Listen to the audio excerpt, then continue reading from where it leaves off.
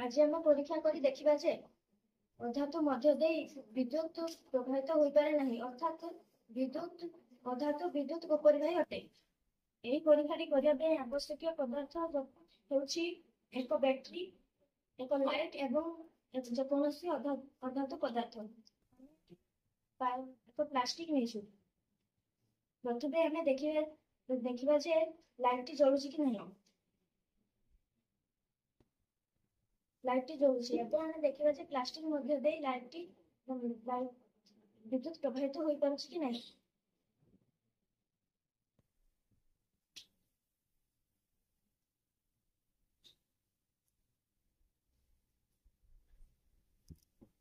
देखो लाइट जलुनि এই পরীক্ষাটি করে আমি জানিব যে পদার্থ মধ্য দেই বিদ্যুৎ প্রবাহিত হয়ে পারে নাই অর্থাৎ পদার্থ বিদ্যুৎ উপরিবাহী অটে।